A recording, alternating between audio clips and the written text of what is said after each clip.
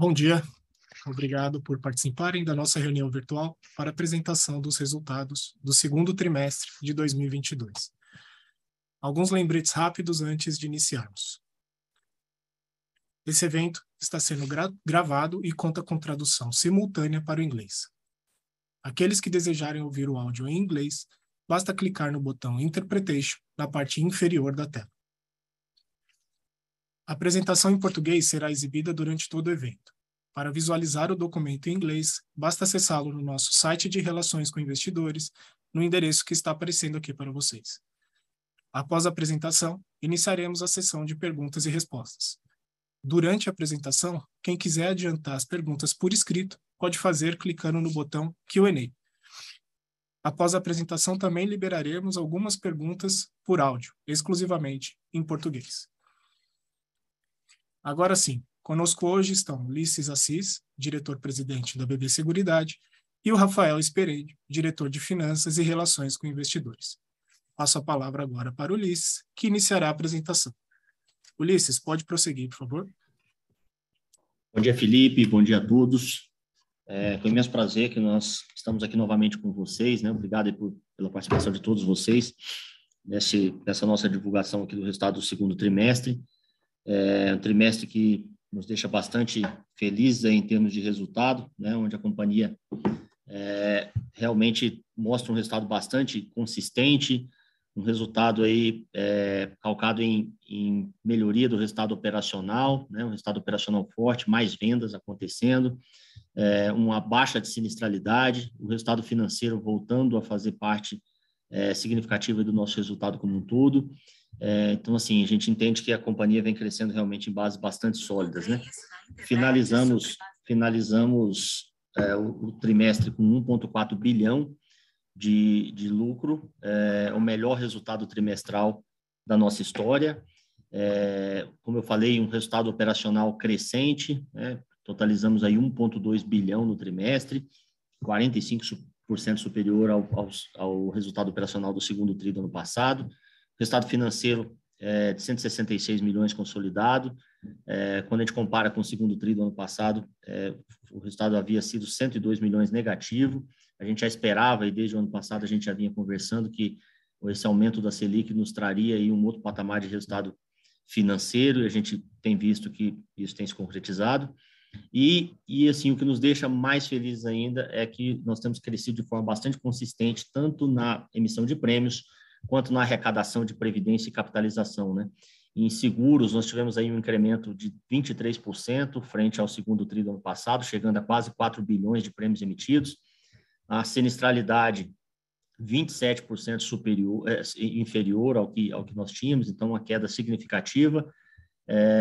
A gente vê aí um arrefecimento realmente muito forte na questão da sinistralidade por Covid, e mesmo no segundo trimestre desse ano, diferente do primeiro, sem intempéries climáticas aí em relação à sinistralidade do rural, né? Voltando aí agora a patamares de sinistralidade históricos bastante comportados.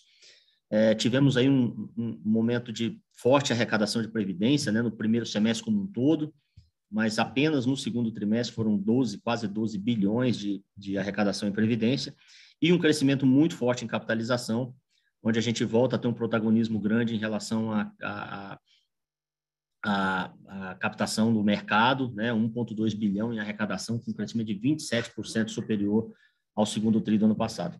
Tudo isso vai nos permitir aí distribuir 80% do nosso líquido do primeiro semestre em dividendos, né? Nós estamos falando aí de 2,1 bilhões de dividendos a serem distribuídos, conforme nós já havíamos anunciado e aprovado no nosso Conselho de Administração.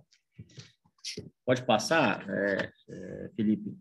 Falando um pouquinho aqui, prestando conta a respeito de modernização tecnológica e transformação digital, né? A gente percebe aí um crescimento constante da nossa quantidade de negócios realizados em meios digitais.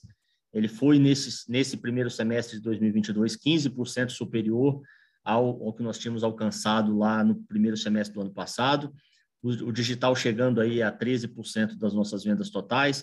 Aqui eu falo que esse percentual ele é menos importante do que a quantidade que os negócios crescem sobre eles mesmos, porque a participação de 13%, ela ela reflete também o que a rede do banco tem vendido, ou que os outros canais têm vendido. Então, o que menos importa aqui é o tamanho da fatia da pizza, mas de cada um na pizza. O que importa é uma pizza maior. Então, o que a gente acompanha aqui e que a gente comemora bastante, que a gente tem trabalhado é que o percentual na quantidade de negocializados sobre os meios digitais ele venha crescente ano a ano, e a gente mostra aí um crescimento considerável de 15%. Temos investido também muito na questão das jornadas digitais, na melhoria das jornadas digitais. Então, assim, praticamente 90% das nossas jornadas já com as melhores práticas de UX. Tivemos aí também 1,7 bilhão em volume de negócios a partir de dados e inteligência analítica na abordagem dos clientes. Nossos modelos de analytics têm se mostrado cada vez mais assertivos, e isso nos deixa bastante confiantes aí para atuar no mercado, tanto agora quanto no futuro, né? Quando a gente analisa também a questão do próprio Open Insurance, eu acho que essa questão da transformação digital ela é fundamental para nós, e esse investimento pesado também em Analytics é o que a gente tem buscado aí fazer para nos posicionar cada vez melhor. Na questão da nova arquitetura de TI, que é a questão de todos os nossos produtos estarem aptos, não para serem vendidos no digital, porque hoje os nossos produtos já são vendidos no digital, mas que possam ser vendidos em qualquer tipo de canal, seja canal BB ou canal fora do BB, e customizáveis.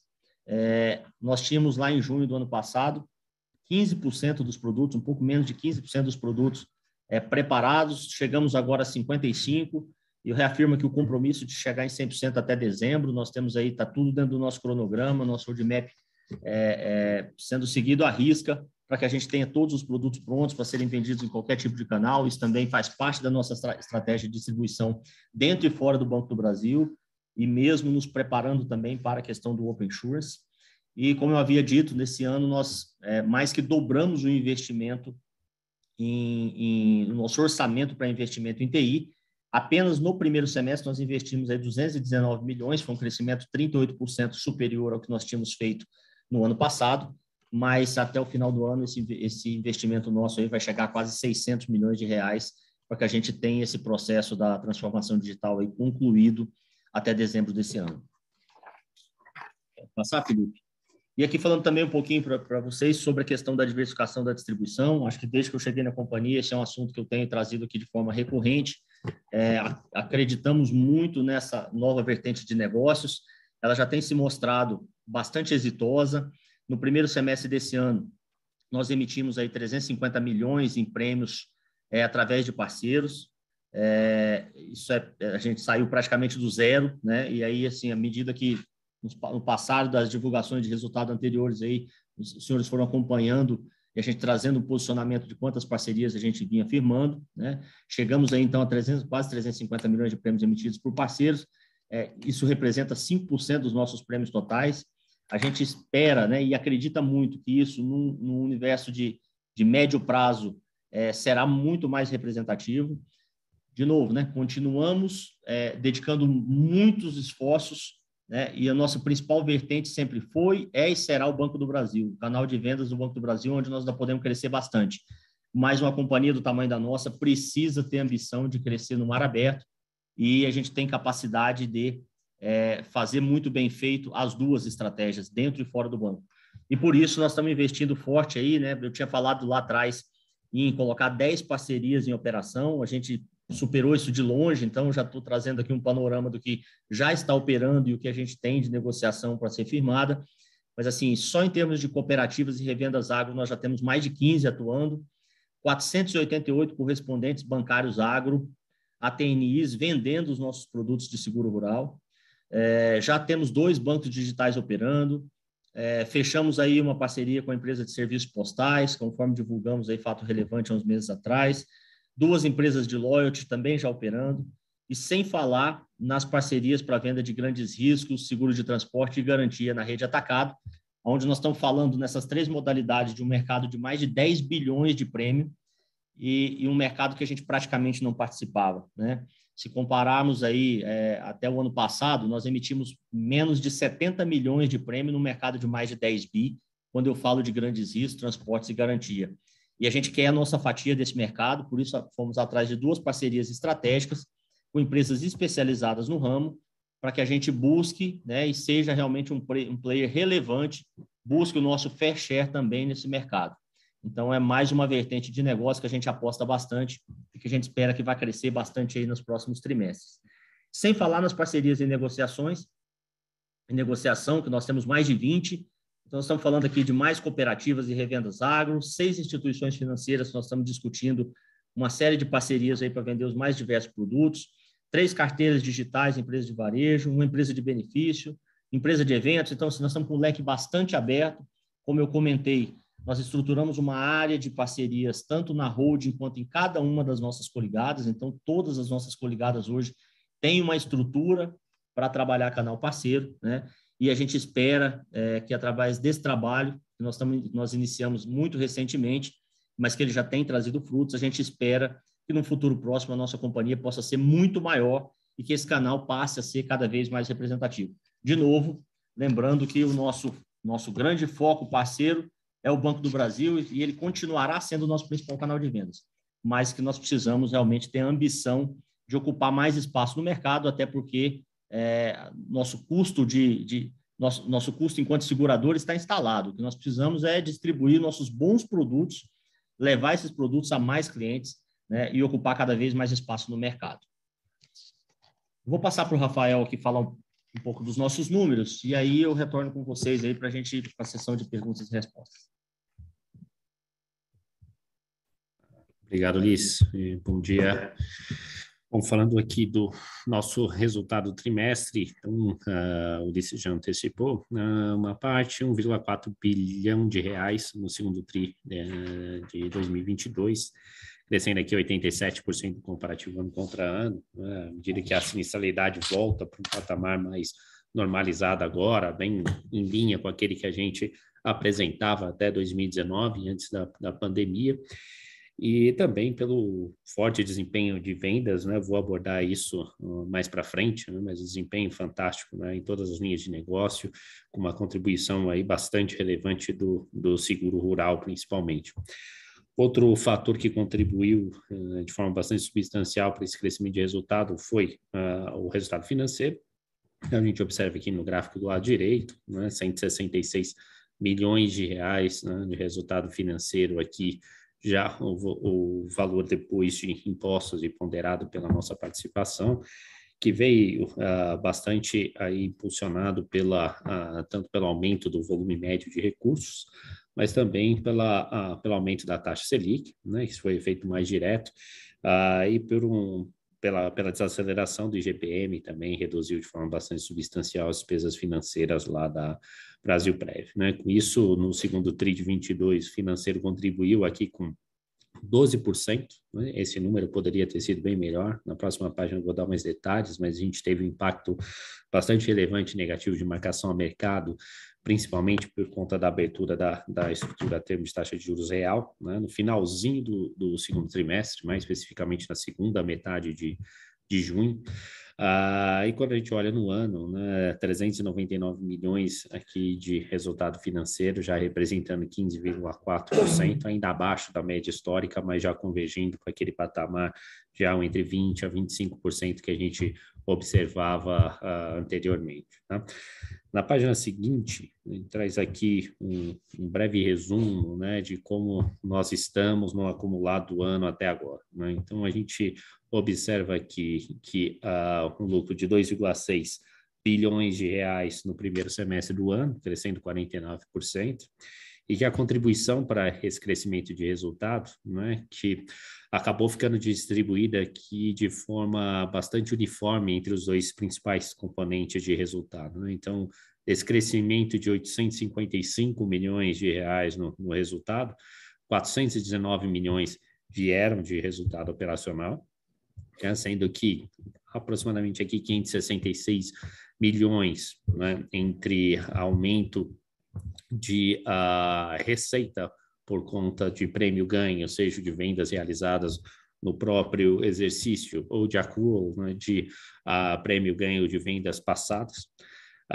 em conjunto com a receita de corretagem, né? Então, aumento de volume de vendas, né, contribuiu aqui com 566 milhões no nosso resultado, 35 milhões vem por aumento da receita com taxa de gestão, aí fruto do aumento, principalmente do saldo de ativos sob gestão, por conta do acúmulo de juros nas reservas. Em torno de 89 milhões, né, veio da redução da sinistralidade, que foi beneficiada pela redução dos avisos de Covid, mas aqui, como os senhores podem ver, né, praticamente 3/4 dessa melhora, né, que foi de 325 milhões pela redução de sinistralidade nos produtos de vida, 236 milhões foi o impacto do aumento da sinistralidade no seguro agrícola, né? Então, praticamente 3/4 da melhora foi consumida pela piora da sinistralidade no segmento agrícola, que nos dá aqui um saldo, né, de melhora de sinistralidade de 89 milhões de reais. Tá? E, por fim, né, a última parcela aqui, 271 milhões, né, consumiu uma parte desse crescimento aqui, que é praticamente fruto dos investimentos que a gente tem feito em tecnologia, em linha que o Ulisses comentou, né, na migração da arquitetura tecnológica, uma arquitetura orientada a serviços, e também pela própria ampliação de quadro para fazer frente aí todas as necessidades de investimento na ampliação do nosso escopo, ampliação do nosso modelo de negócio. E aí, voltando, né, do aumento aqui de 855 milhões de resultado, 436 vieram de financeiro, sendo que 433 veio do aumento tanto de volume como de taxa, que influência preponderante aqui do aumento da taxa Selic, e da própria desaceleração do IGPM. Aquele descasamento temporal que a gente sempre acompanha aqui, né, na defasagem de um mês na atualização do passivo dos planos tradicionais, apesar de negativo, como a gente viu na página anterior, ela foi menos negativa do que no primeiro semestre do ano passado, contribuindo aqui com 19 milhões de reais. E, por fim, né, uma parte dessa melhoria ela foi consumida por a abertura da curva de juros, como mencionei anteriormente, bem especificamente no final do mês de junho, que nos trouxe aí um impacto de 95 milhões de reais no acumulado do primeiro semestre do ano, de marcação do mercado negativa, com influência principalmente ali na Brasilprev, enquanto no ano passado, né, apesar de ter tido um aumento bastante significativo da estrutura termo, o impacto foi até menor, foi de 79 milhões de reais. Passando aqui para agora falando dos principais destaques, né, de cada operação. Então, na página 10, a gente tem o segmento de seguros. Então, prêmios crescendo 23% no segundo tri ano contra ano, 21% no acumulado, uma contribuição aqui bastante substancial do seguro rural, crescendo 42% ano contra ano, 43% no acumulado. Seguro residencial também foi um destaque bastante positivo, 27% ano contra ano, 29% no acumulado, né? O novo produto tem bastante tração, né? Foi lançado em meados do ano passado, tem tido uma contribuição bastante relevante. Com relação ao seguro prestamista, né, que a gente tinha visto no primeiro trimestre do ano, um desempenho ainda bastante aquém do que a gente entende como nosso potencial, demonstrou uma forte recuperação no segundo tri agora, crescendo 1,4% ano contra ano, revertendo boa parte daquela queda acumulada, fechando o semestre com 4,2% de retração. Falando aqui dos indicadores da operação, então a gente vê o combinado com uma forte melhora, que foi puxada aqui pela queda da sinistralidade, visível aqui de 51% no segundo tri do ano passado para 27% no segundo tri desse ano, passando aí todo o impacto que a gente vivenciou no primeiro tri no seguro agrícola, voltando ao patamar ali bem em linha com aquilo que a gente apresentava antes da pandemia, algo em torno de 20 alto, 30 baixo. Por fim, aqui o índice de comissionamento teve uma pequena retração no ano contra ano, uma retração um pouco maior no acumulado, aqui o efeito mix, né? À medida que o rural ele ganha participação na composição dos prêmios emitidos, o rural tem uma corretagem média menor do que os demais produtos de seguros. e a própria questão do prestamista, né, que impacta aquele bônus de performance por superação de vendas que a BB Corretora se apropria, né, e uma despesa da seguradora aqui, que em função da retração no acumulado do ano, esse volume de bônus de performance no prestamista tem sido bastante pequeno, e boa parte do que está sendo registrado está vindo do seguro de vida. Índice de despesas, a gente teve aqui uma elevação no ano contra ano, embora no acumulado a gente observe aqui uma retração de 0,2 ponto percentual. Esse aumento no ano contra ano basicamente se refere a maiores despesas com o Fundo de Estabilidade do Seguro Rural, e também mais uma vez, né, todo investimento que a gente vem fazendo em quadro de pessoal, em tecnologia, em linha com a nossa estratégia de ampliação do nosso modelo de negócio. O resultado financeiro aqui, o impacto da Selic é bem mais direto, né, crescendo 136% ano contra ano e no acumulado, né, não só a Selic aqui, mas também a gente teve uma contribuição importante vindo do aumento do volume médio de recursos. E aí, por fim, né, resultante desses movimentos todos, né, o prêmio ganho crescendo 18%, com o índice combinado melhorando por conta da menor sinistralidade e aumento do financeiro, o lucro cresce 202% ano contra ano e 89% no acumulado. Passando para a Previdência agora, a arrecadação cresceu 5% no segundo TRI, em relação ao mesmo período de 21, no acumulado cresce 13%, captação líquida foi de menos 300 milhões no segundo TRI desse ano. A gente observa aqui, né, que o índice de resgates ele já começa a cair, né, algo que a gente já antecipava no primeiro trimestre, no segundo trimestre, isso se materializou com uma retração importante, né, vindo principalmente de resgates seja para investimento ou para consumo. Né? Com relação a reservas, previdência, a gente vê aqui um crescimento de 4% no período de 12 meses, a contribuição de multimercados aqui representando 31% do total de ativos sob gestão, né? Embora a gente tenha observado aqui uma retração no TRI contra TRI, que vem acontecendo praticamente por conta de uma maior aversão a risco por parte dos clientes. Os clientes têm preferido, né, investir os recursos em produtos de menor risco, renda fixa. Então, isso explica, né, essa retração no TRI contra TRI, que acaba impactando na queda da taxa média de gestão no TRI contra TRI, que embora, né, tenha se reduzido, ainda assim cresce, né, o volume de receitas, taxa de gestão crescendo 4%. No acumulado do ano, esse efeito ainda não aparece, a taxa média ainda cresce, um ponto base, e o volume total de receitas aqui cresce acima do crescimento do saldo de ativos sob gestão em 5%, enquanto o ativo cresce 4%. O financeiro, como antecipei já no início da minha fala, né, a desaceleração do IGPE, né, e o IPCA num ritmo de queda menos acelerada, vamos chamar assim, tem ajudado bastante na composição do financeiro, fora a própria retenção de recursos, né, o volume tem contribuído também. E aí, no segundo TRI, o resultado financeiro negativo de 89, né, apesar de ser muito melhor do que o negativo de menos 368 apresentado no segundo TRI do ano passado, aqui poderia ter sido melhor, muito melhor, não fosse a marcação do mercado negativa no mês de junho, né, que julho, né, a curva acabou ainda abrindo mais, mas a gente vê que agosto, né, boa parte dessa abertura ela já voltou, o mercado tem ficado bastante volátil, mas ainda assim, né, a expectativa para o ano é que a gente tenha um resultado financeiro para Brasilprev muito melhor do que aquele que a gente teve em 2021.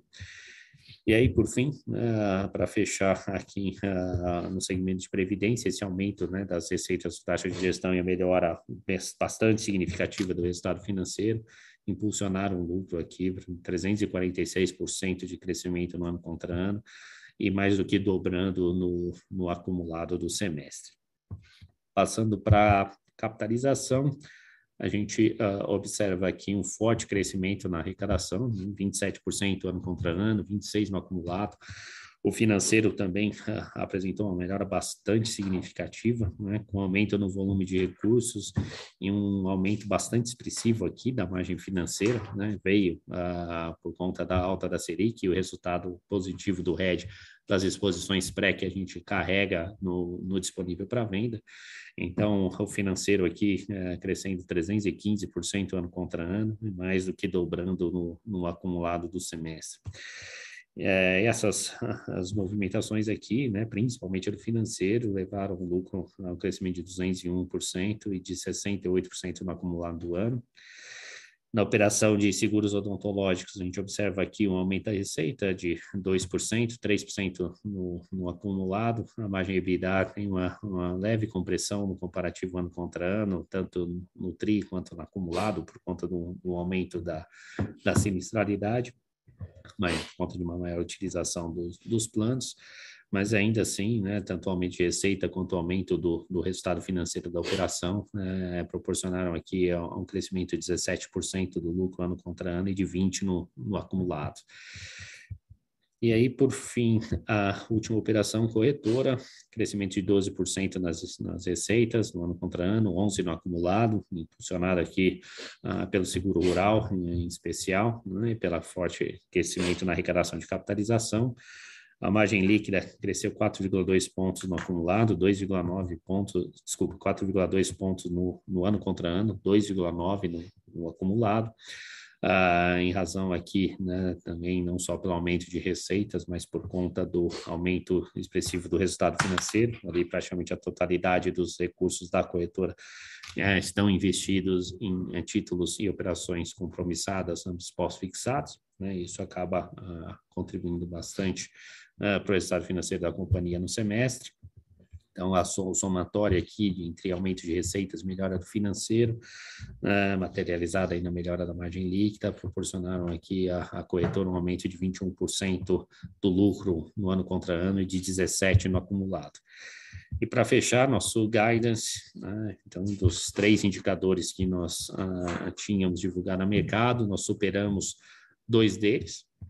Resultado operacional, não juros, a gente previu um intervalo de 12 a 17 e finalizamos o semestre com um crescimento de 25%. Aqui praticamente esse desvio foi atribuído a uma sinistralidade mais baixa, né, do que a gente previa inicialmente para o primeiro semestre do ano, né? Lembrando que quando divulgamos esse guidance, a gente estava no pico da sinistralidade, dos avisos de sinistros, né, de seguro agrícola, e ainda existia uma incerteza muito grande quanto ao potencial impacto da variante Ômicron, né, nos seguros com garantia de vida. Então, isso acabou que no semestre, né, o efeito, né, foi bem menor do que a gente esperava inicialmente, e o volume de vendas, em especial no seguro agrícola, foi bastante superior àquele que a gente também previa inicialmente, né, por isso a superação. Que também explica, né, a superação do intervalo de prêmios emitidos na Brasilseg, né, de 10% a 15%, entregamos 21,2%. O intervalo aqui de crescimento de reserva de previdência, nesse nós ficamos abaixo, então, do intervalo de 9 a 13, né, quando a gente olha o comparativo, 12 meses, a gente entrega um crescimento de 3,9%, mas, né, a gente abordou bastante esse indicador aqui na divulgação do primeiro TRI. A melhor maneira de acompanhar não é o comparativo ano contra ano, né, por conta da própria dinâmica de variação da reserva ao longo de 2021. O ideal, de fato, é acompanhar a taxa de crescimento acumulado do ano até agora, anualizado, que daria 7,5%. Né, embora abaixo do intervalo, ainda bastante próximo. E aqui tem um pouco a ver daquilo que eu já mencionei anteriormente, né, a própria abertura de curva de juros. Até maio a gente vinha performando dentro do intervalo, até metade de junho também dentro desse intervalo. Esse desenquadramento aconteceu no final do mês de junho, mas que ainda a gente entende que é perfeitamente reversível aí até o final do ano. Né? Por isso, Com base na superação das expectativas, nós revisamos o guidance de resultado operacional para cima, né, do intervalo de 12 a 17 para o intervalo agora entre 15 a 20, de prêmios de um intervalo de 10 a 15 para um intervalo agora entre 20 a 25, e dada a nossa expectativa aí de reversão do desenquadramento do guidance de crescimento de reservas ao longo do segundo semestre, a gente mantém, né, esse guidance no intervalo de 9 a 13%. Bom, esses eram os principais destaques que eu gostaria de dar em relação ao resultado do segundo trimestre, e a gente pode passar agora para a sessão de perguntas e respostas. Obrigado. Obrigado, Rafael. Então, como o Rafael disse, vamos iniciar a sessão de perguntas e respostas. Quem quiser fazer uma pergunta por áudio em português, exclusivamente, só clicar no botão Raise Hand e liberar o microfone quando for autorizado. Quem quiser também pode mandar por escrito a pergunta aí em português ou inglês, clicando no botão Q&A. Lembrando que se em função do tempo não for possível a gente responder ao vivo, a gente vai responder todas as perguntas por e-mail, no e-mail que foi cadastrado ali no ato da inscrição. A nossa primeira pergunta vem do Antônio Rouet, do Bank of America. Antônio, por favor, pode liberar seu áudio e perguntar. Bom dia, pessoal. Parabéns pelos resultados aí e obrigado pelo tempo de vocês. Minhas perguntas aqui vão no guidance, tá? Então, acho que o primeiro ponto que eu gostaria de entender é nesse crescimento de prêmios que está implícito, como que vocês veem as diferentes linhas, tá? Eu acho que o importante para entender aqui seria a relação com o crédito, tá? Então, tanto o que vocês esperam para o crescimento de rural e a relação com o plano safra, e o crescimento do prestamista e a relação com um eventual Pronamp aqui, um volume de Pronamp. E a minha segunda pergunta é parecida aqui no sentido intralinha, mas para o guidance operacional. Tá? Qual que é a expectativa de vocês para sinistralidade nas diferentes linhas? Obrigado.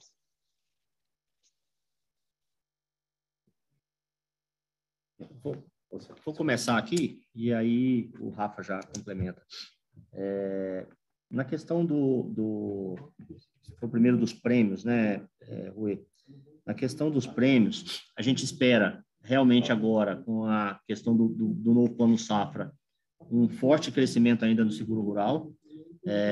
Quando a gente pensa aí até o mês de setembro, nós devemos ter aí um movimento ainda bastante robusto. A gente percebeu que os seguros rurais, né, e até por conta das recentes sinistralidades, é um produto que tem mudado bastante o comportamento do próprio cliente em relação ao produto, um produto que tem sido bastante demandado.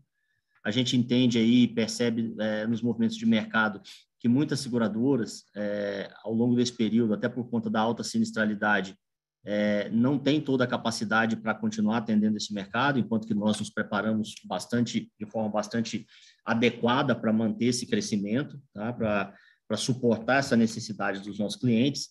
Então, a gente está bastante otimista com o crescimento aí dos prêmios ainda de seguro rural.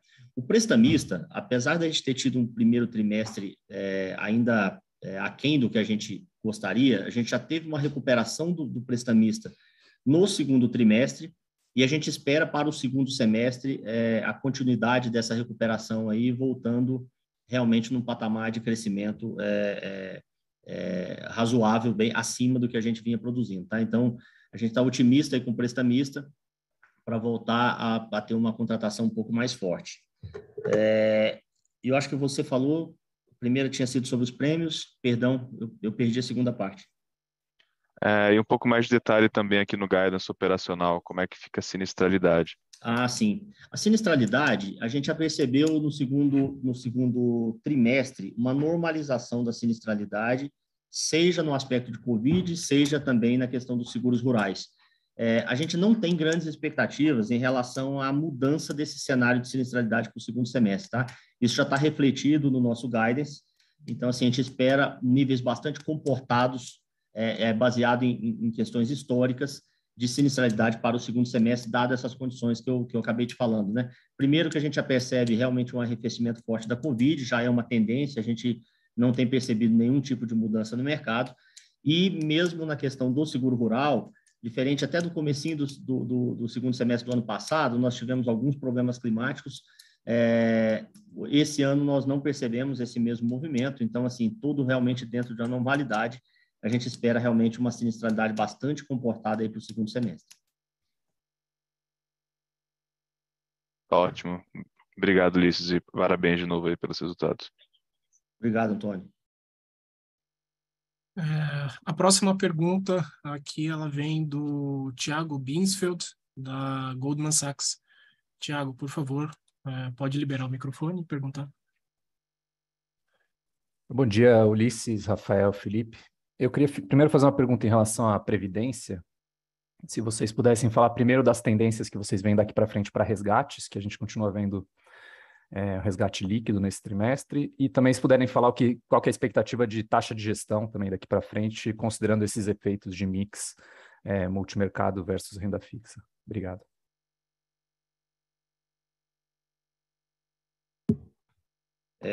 Vamos lá. Resgate de previdência. Como nós temos observado aí, até trouxemos na apresentação, a gente percebe um movimento, uma pequena melhora na questão dos resgates, né? O que a gente tem feito sempre na Brasilprev, até para ter um bom termômetro disso? Todos os nossos resgates, realizados através dos nossos canais, a gente faz um monitoramento tanto quantitativo quanto qualitativo, até para entender o que está acontecendo, né? E a gente percebe realmente, assim, continuamos com uma demanda forte de resgate por conta de custeio, dado ainda o cenário desafiador e o cenário econômico. A gente já percebe um pequeno arrefecimento disso, né? Quando a gente analisa em termos de transfer-in, transfer-out, muito dentro do que a gente do que já vinha acontecendo. Então, assim, sob controle, eu te diria, transfer out e transfer-in, nós temos, inclusive, sido mais agressivos desse ano. Então, assim, aumentamos o nosso apetite por transfer-in aí também, através de um trabalho bastante bem elaborado pela própria companhia e com apoio da rede do Banco do Brasil. Então, assim, a gente espera para os próximos meses que essa tendência de queda no resgate, que ela continue, tá? E que a gente converta aí para uma captação líquida positiva ao longo do segundo semestre, e aí, dado um momento de maior estabilidade econômica, que ele persista esse cenário. Sobre taxa de gestão, vocês perceberam que no ano passado, com aquele movimento forte que nós fizemos em termos de multimercado, nós chegamos a praticamente 32% da nossa carteira em multimercado, saímos lá de pouco mais de 10% para 32%. Isso teve um reflexo em termos de incremento da nossa taxa de gestão. Esse ano, até pela questão econômica e a Selic mais alta, todos os grandes players, né, eu estou falando aqui principalmente dos 10 maiores, todos tiveram queda significativa de suas reservas em multimercado. E a Brasilprev acabou caindo proporcionalmente menos do que o mercado. Então, assim, nós tivemos alguns players aí que diminuíram pela metade o seu AUM em multimercado. E nós não, nós caímos aí na casa de 32% para 30%. Então, você pode perceber também que a nossa taxa de gestão, ela variou 0,1 ponto percentual do segundo semestre do primeiro semestre do ano passado para julho, agora para junho, agora de 2022. Então, eu acho que principalmente, né, pelo trabalho que a gente tem feito, de cada vez mais estar próximo do nosso cliente, falando desses cenários, levando uma consultoria, uma assessoria mais próxima, a gente tem conseguido deixar o cliente até, de certa forma, mais estabilizado em relação a essas mudanças de cenário econômico, para que a gente consiga ter uma perenidade maior e não ter uma oscilação muito grande em relação a mix de investimento e também em relação à nossa TAF. Então, respondendo bastante objetivamente, é isso. Eu acho que a nossa taxa de gestão ela está andando em linha dentro da estratégia, com uma pequena variação, muito em decorrência dessa pequena queda também do multimercado, mas que a gente não espera que ela vai ser muito significativa ao longo dos próximos meses. Tá? Diria que uma acomodação natural de mercado. Nada diferente disso. Tá, bem claro, Ulisses. E se me permitirem mais uma pergunta também, eu queria entender um pouquinho melhor o resultado da corretora, que a gente vê no primeiro semestre um crescimento próximo de 11% nas receitas, mas as despesas crescem mais, elas crescem 18% semestre contra semestre. Então, implicaria uma contração de margem operacional. Eu queria entender o que está dentro dessa dinâmica, né? O que explica esse crescimento um pouco mais forte de despesas e se essa é a expectativa também daqui para frente. Obrigado.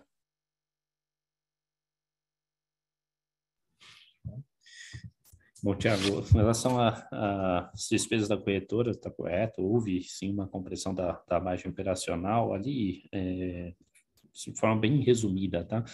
A gente tem tanto um investimento maior que a gente tem feito aqui na parte de tecnologia, né, nessa migração de arquitetura, né, para uma arquitetura orientada a serviço, no desenvolvimento da plataforma da própria corretora, que isso vai permitir não só uma flexibilidade maior no lançamento de produtos, mas também com que a BB Corretora plugue, né, de uma forma bastante rápida a qualquer provedor de produtos hoje, sendo ele da própria BB Seguridade ou de um terceiro.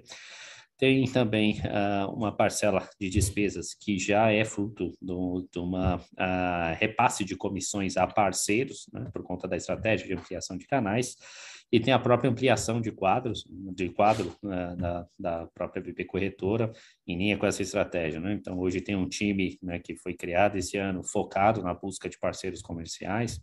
A gente aumentou o time de dados e analytics da própria corretora e repusemos algumas vagas em outras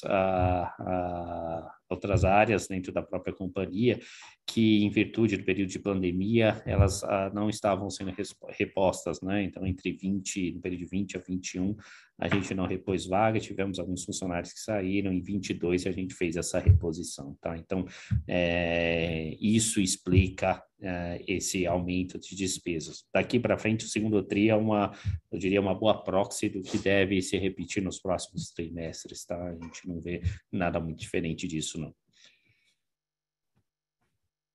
Tá claro. Obrigado, Rafael, e parabéns pelos resultados. Obrigado, Thiago. A próxima pergunta que a gente tem aqui é do Guilherme Grispan, da JP Morgan. Guilherme, por favor, pode prosseguir. Bom dia, Ulisses, Rafael, Felipe. Obrigado pela apresentação. Minha dúvida do lado de rural, aqui a gente nota uma performance muito forte de novo. Eu acho que o guidance também é um pouco implicitamente incorpora o crescimento que a gente deve ver no terceiro e no quarto trimestre do segmento. E já faz algum tempo que a gente nota o setor crescendo ali entre 30% e 50% ano a ano. Então, minha pergunta é mais do lado de resseguro e retenção de risco. A gente nota dentro do setor de resseguro uma movimentação importante do principal player aí, de resseguro rural. E aí eu queria bater com vocês como que está a estratégia hoje de vocês de resseguro nesse segmento. Se vocês puderem comentar um pouquinho como está a distribuição do resseguro entre os diversos parceiros comerciais que vocês têm. E a gente está vendo provavelmente aí no segundo trimestre desse ano uma potencial fragilidade do principal player aí de resseguro em termos de balanço, se isso muda alguma coisa na estratégia de vocês para resseguro nesse segmento. Obrigado. Bom, Grespan, em relação a resseguro, a gente teve uma ampliação considerável, né, em toda a capacidade ofertada pelo painel de resseguros, tá? Essa expectativa de forte crescimento no segmento agrícola em especial, tá? A gente passou aí pelo pior momento em termos de sinistralidade, volume total de indenizações no primeiro TRI em especial, tá? Mas não tivemos qualquer tipo de dificuldade no recebimento, né, por parte de qualquer ressegurador dentro do painel de resseguros, tá? Todos honraram com as suas obrigações. O IRB, em especial, né, teve um comportamento, normalmente ele vem sendo o ressegurador que presta o melhor serviço para a gente, tá? E honrou com adiantamentos, né, antecipando muitas vezes até o calendário de adiantamentos, então a gente não teve qualquer tipo de problema, mesmo no primeiro semestre, no mês de julho e até no mês de agosto, recebemos mais um montante considerável de indenizações na última semana, tá? Então, a gente observou a ampliação de capacidade, a gente sabe da situação de capital, não só do próprio IRB, mas outras resseguradoras, elas também passaram por uma dificuldade, que é uma dificuldade ali, a princípio, momentânea, né? Deve se reverter ter nos próximos meses, né? Essas outras resseguradoras que apresentaram dificuldade, né? Já receberam aporte de capital e já voltaram a operar normalmente. A gente, lógico, né, observa e monitora de forma bastante próxima, né, a situação de capital e solvência de todos os resseguradores do painel.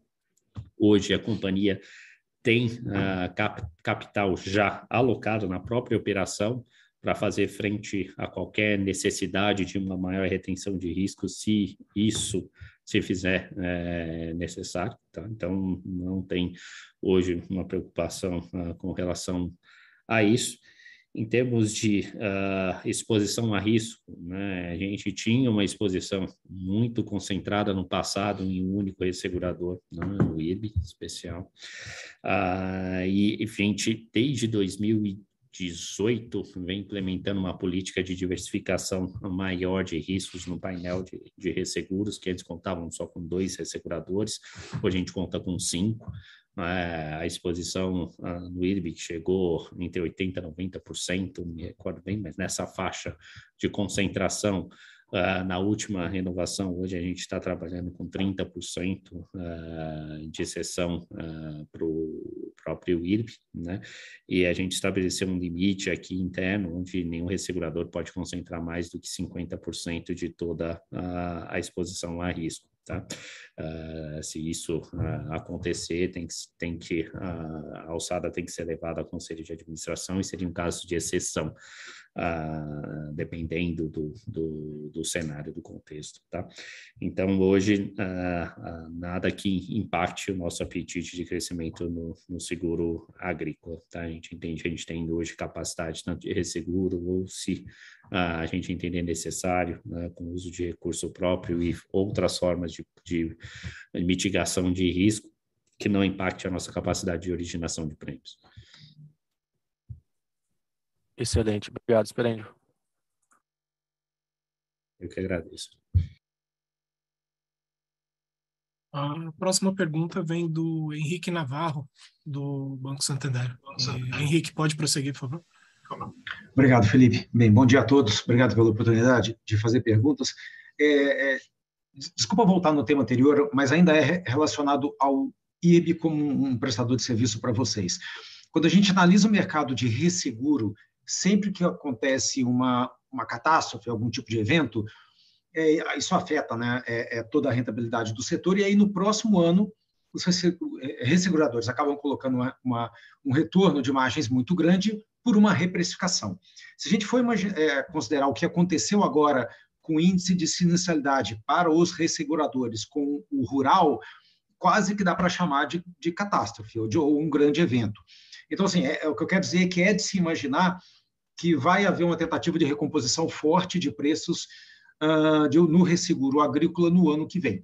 As contas que vocês fazem para o ano que vem, vocês consideram isso uma tentativa de recomposição de margem muito forte de toda a cadeia, né? O ressegurador, quem faz o co-seguro, na retrocessão, etc. Ou seja, todo mundo querendo fazer uma compensação dessa perda por causa de um sinistro muito alto que ocorreu nesse ano de 2022. Como é que isso entra nas contas de vocês para o ano de 2023? Obrigado. Obrigado pela pergunta, Naval. Com relação a essa recomposição de margens, eu diria que ela já aconteceu, tá? Já na renovação agora para o próximo ciclo 22, 23, a gente precisou aqui certamente de um reequilíbrio, não só do lado do resseguro, mas da própria seguradora também, né? Por conta desse aumento recente da sinistralidade, a gente precisou readequar, né, a precificação do seguro agrícola. Esse foi um trabalho que foi feito em conjunto com o painel de resseguro, tá? Então, isso já aconteceu, e não só na parte de precificação e prêmio, mas do lado do ressegurador, numa redução da comissão de resseguro que é paga às seguradoras pela originação de prêmio, tá? Então, eu diria que esse movimento todo já aconteceu. Ok, obrigado.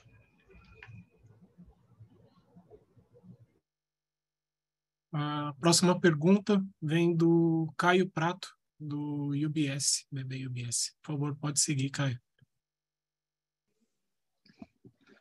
Bom dia a todos, obrigado pela oportunidade de fazer pergunta. Eu tenho duas perguntas aqui rápidas. Primeiro é um follow-up sobre o business de previdência. Vocês mencionaram um trabalho mais agressivo de transfer-in pela BB Seguridade, então eu queria saber se vocês poderiam dar um exemplo dessas medidas que vocês têm tomado para aumentar o transfer-in. E a segunda é também sobre o seguro rural. Como foi comentado, vocês têm crescido forte no segmento. E a gente nota recentemente que alguns players estão ficando mais vocais quanto a essa oportunidade. Recentemente até saíram notícias de outro banco público com a intenção de participar mais ativamente do rural. Então eu queria saber do lado de vocês, o que vocês têm sentido em relação ao ambiente competitivo no business de rural também. Obrigado. Bem, deixa eu começar aqui, eu, Rafa, complementa se for o caso. Previdência, dentro da... Assim, nós temos duas formas de atuar na Previdência, tá? Obviamente que o nosso balcão, nosso principal balcão de venda é o do Banco do Brasil, e principalmente através da rede bastante segmentada que o banco tem hoje. Então, quando a gente fala de transfer-in, transfer-out principalmente, a gente está falando de uma concentração muito grande em alto varejo e private, né? Esse é o grande foco aí do mercado em termos de transfer-in, transfer-out.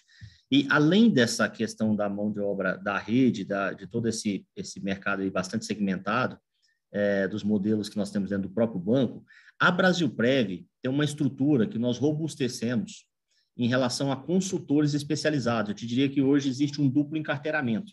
Nós temos um cliente que está encarteirado tanto no modelo estilo quanto no modelo private, e que ele tem um consultor dedicado de Brasilprev que atende, obviamente, uma determinada gama de clientes, de acordo com o volume aplicado, e esse consultor fala constantemente com esse cliente sobre o produto Previdência, né?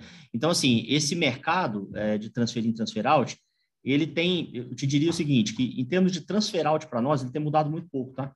O que a gente tem acompanhado ao longo dos anos é uma linha bastante, não diria tranquila, mas diria assim, uma linha bastante estável em relação ao que a gente é atacado. Claro que por que a gente é mais atacado do que alguns outros concorrentes? Porque nós temos 330 bi de carteira.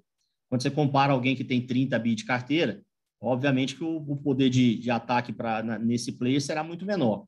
Aí eu diria até que é o bom problema de ser grande, né? Então, assim, a gente acaba tendo um ataque um pouco maior. Mas se a gente tem boas estratégias de defesa, né? Se essa consultoria que a gente está levando para o cliente mais próxima, a gente percebe que está dando um efeito interessante sobre o aspecto de retenção, né? Sobre o aspecto de diversificação de investimentos, sobre o aspecto de relacionamento com o cliente, por que não usar também essa estrutura para ser mais agressivo no ataque? E é isso que nós temos feito, né? Então, existe um time dedicado dentro da Brasilprev, complementar à rede do Banco do Brasil hoje, que se comunica constantemente com esses clientes, e até porque muitos desses clientes que estão voltando para nós, eles estiveram aqui um dia, foram embora, né, com uma promessa de um portfólio diferente ou com uma rentabilidade diferente, e que a gente conhece bem exatamente também o resultado que foi entregue para esses clientes lá fora. Então, quando você aborda o cliente e discute a sua carteira como um todo, isso acaba facilitando aí para nós também a entregar uma proposta de valor mais adequada e trazer esse cliente de volta muitas vezes, tá? Então, basicamente é isso que a gente tem feito em Previdência.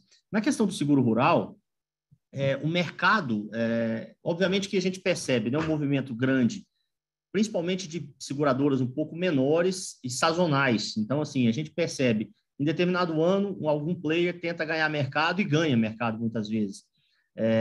Porém, cada vez que tem uma onda de sinistralidade como foi essa, muitas dessas seguradoras perdem capacidade de continuar atuando de uma forma bastante agressiva. Então, a gente percebe muito essa questão realmente, sazonalidade. Vem alguém, faz um forte movimento, não tem capacidade de manter nos próximos anos, acaba saindo, vem um outro em outro ano, e assim esse mercado tem se regulado. Dos grandes players, a gente não percebe nenhum forte movimento, tá? Nenhum forte movimento, nada absurdamente. Mas o mercado como um todo, o Caio, ele ainda é muito pouco explorado, né? Quando a gente fala de área financiada versus segurada, plantada versus segurada, nós estamos falando aí de pouco mais de 15% da área total plantada no Brasil com seguro, né? Quando a gente vai olhar para Estados Unidos, por exemplo, nós estamos falando de 80%. Então, assim, esse mercado dos seguros rurais, ele ainda tem muito a crescer, muito mesmo a crescer. Por isso, até, é a nossa preocupação em crescer muito dentro da gama de clientes do Banco do Brasil, até porque esse é um cliente que a gente já faz o financiamento, e aí o banco tem praticamente 60% do mercado bancário de crédito rural, então, assim, o nosso crescimento vai muito nessa linha, mas também o nosso desejo de crescer fora do banco, porque nós não estamos interessados só na área financiada pelo BB. Então, uma gama gigante de áreas não financiadas, plantadas, que nós também queremos o nosso fair share desse mercado, né? Então, assim, eu te diria que hoje a gente está se preparando, né? A gente está preparado, não está nem se preparando, mas está preparado, seja em termos de produto, capacidade e agora de canais diversos de distribuição, para ser cada vez mais agressivo, tá? Obviamente, dentro de uma política de subscrição bastante coesa, bastante robusta, eu te diria, com um nível de resseguro adequado, mas, assim, a gente tem apetite, sim, para crescer dentro de um viés de bons negócios, né? Porque o mercado tem muitas oportunidades e durante os próximos anos é um mercado que tende a crescer bastante ainda. Perfeito, super claro. Obrigado, Luiz. Obrigado, Caio. A gente tem mais uma pergunta por áudio da Maria Lima, da Credit Suisse. Por favor, pode prosseguir, Maria. Fala, Felipe. Fala, esperando aqui, é o Daniel Vaz, do Credit Suisse.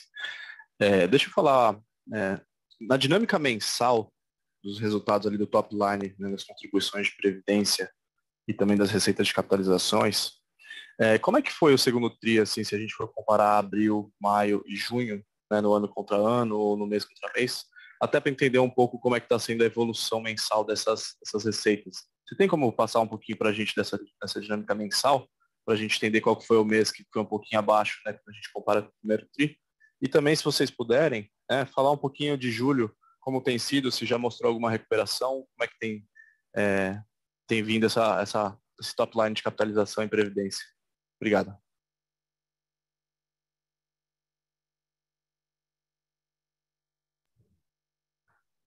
Bom, Daniel, com relação à dinâmica aí intratrimestre, o que acontece, né? É sempre bom lembrar, a gente tem um orçamento dado para a rede, que ele é em bases semestrais, né? Então, a gente acompanhou um primeiro tri com um desempenho muito acima daquilo que se previa inicialmente no orçamento para a Previdência, até para a capitalização mais concentrada no final ali do primeiro trimestre, né? Então, o que ocorre ali é sempre uma gestão, né, da própria distribuição com base naquele orçamento que lhe é dado. Então, um desempenho muito mais forte em previdência do que em seguros no primeiro trimestre. No segundo trimestre, houve um rebalanceamento, um foco maior no resseguro e menor foco em produtos de acumulação, de forma que a gente entregasse aquele orçamento, né, inicial dado para o período de 6 meses, né? Lembrando que, quando a gente olha nas linhas globais, seguro, previdência e capitalização, ainda assim, a gente superou em todas, né, o orçamento, tá? Mesmo dessa forma. Agora, essa dinâmica, ela depende muito, né, da gestão ao longo do semestre, né?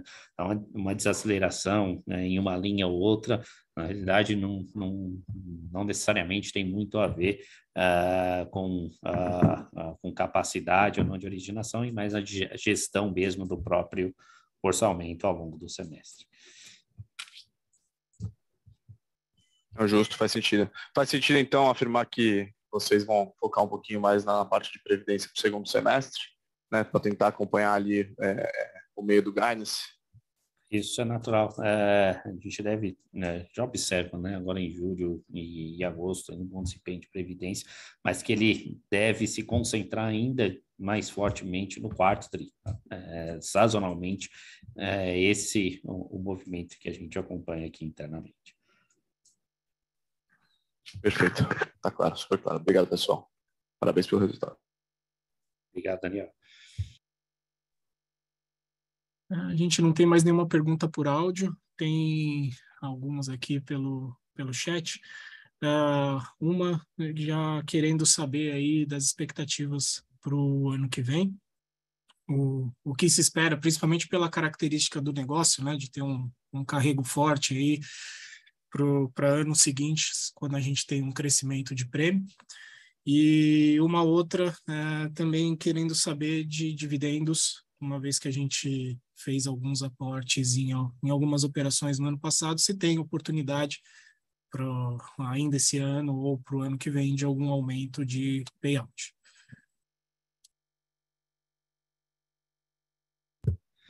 Vamos separar, então, aqui em dois componentes, né, que a gente sempre vem ressaltando quanto ao resultado operacional. A gente está com uma expectativa, até o momento, boa para 2023, quando a gente observa os indicadores macroeconômicos, né, a gente vê uma redução bastante considerável aí na taxa de desemprego, uma melhora na questão da renda, que foi bastante comprimida ao longo do primeiro semestre desse ano. Então, já observo aqui uma tendência de melhora nessa composição, né, de renda disponível, que deve favorecer ainda mais, né, seja no volume de prêmio emitido ou na própria captação e retenção de recursos em previdência. Tá? Então, a gente trabalha com o ano de 2023 ainda melhor.